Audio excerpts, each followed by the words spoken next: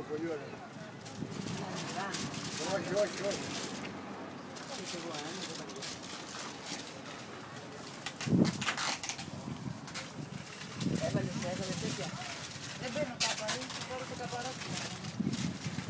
Τα καπαρόφυλλα, τι έχετε να μας πείτε?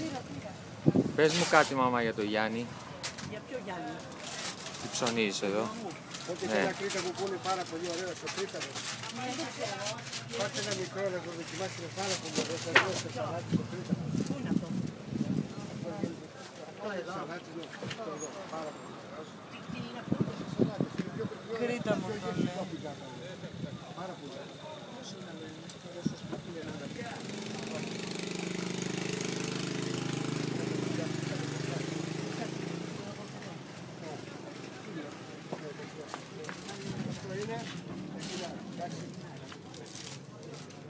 Η μαμά έχει πάει πίσω στο μαγαζί, από πίσω.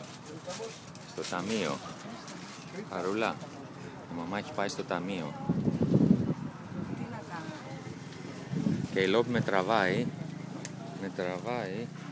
για να πάει κοντά της.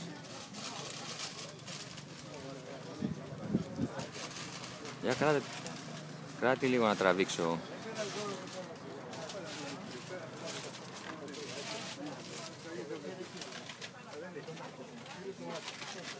Κολοκύθια, pumpkins, figs, tomatoes, piccole tomatoes, cherry tomatoes,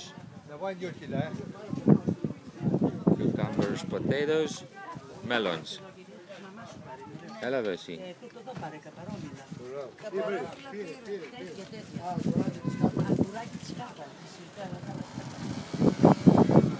Ένα τέτοιο πλέον θα έχει αγκούρια μέσα. Ένα κρύφο. Μια κάπα. Όχι, θα πάρεις το τουρνό από εκεί που είναι ωραία. Θα σου βάλει δύο. Αυτά είναι ίδια με αυτά, Πες μαμά τι πήρες. Τώρα άσε μας, Μάκη. Έχουμε δουλειά. Βάστα εδώ πέρα. Δουλειές με φούντες έχουμε. Βάστα εδώ.